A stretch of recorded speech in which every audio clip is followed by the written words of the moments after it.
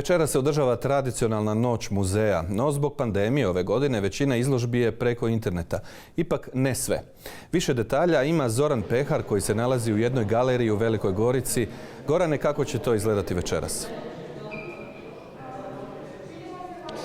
Pa večeras će, kao i sve u protekloj i evo u ovoj godini zbog pandemije koronavirusa izgledati onako malo neobično, hibridno. Ako se uzme u obzir da su hrvatski muzeji i galerije u protekloj godini, njih više od 70% je zabilježilo gubitak svojih posjetitelja između 50 i 100%, onda možete misliti kakva je situacija i u kulturi i time posebno se možemo zahvaliti i Hrvatskom muzejskom društvu i svim entuzijastima, jer ove godine unatoč pandemiji 170 ustanova sudjeluje ove večeri u virtualnoj noći muzeja. Kao što si rekao, mi smo u Velikoj Gorici u galeriji Galženica koja predstavlja novu normalnost, a o čemu je riječ više će nam reći voditeljica galerija, gospođica Antonija Vodanović. Dobrodošli u naš program Nova normalnost. Vidimo o čemu je riječ. Dobar večer svima. Dakle, riječ je o izložbi kojom se predstavljamo Noći muzeja, koja je nekakva svojevrsna kronika svega što se zapravo događalo kroz 2020. godinu.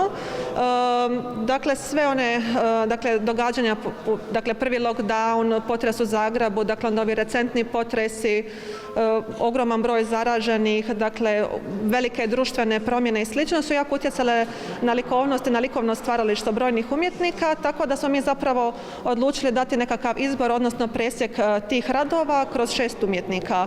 Dakle, imamo 3 fotografa i 3 ilustratora. Na izložbi se predstavljaju Tisja Kljaković-Brajić, Hana Tintor, Luka Vucić, Boris Čitar, Darija Petković i Milan Šabić. Kako je za vas bila protekla godina? Pa, dakle, bila je dosta turbulentna.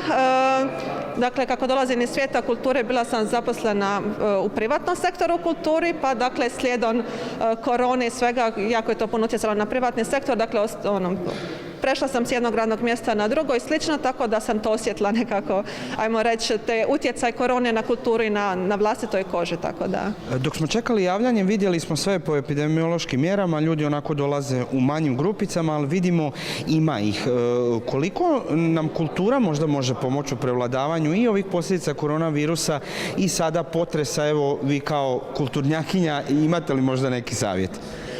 Pa dakle, sad koliko kultura može pomoći? Može nam svakako pomoći da možda zaboravimo na brige, da se malo opustimo, jer trenutačno smo dosta jednom poprilično, možemo reći, depresivnom vremenu i svemu zbog svega što se događa. Tako da kultura možda ne može drastično utjecati na nekakvu promjenu u našem životu, ali sigurno može nas raspoložiti, možemo odvratiti misli od onoga svega što se događa, tako da taj nekakav minimalni utjecaj sigurno može imati na psihu i slično.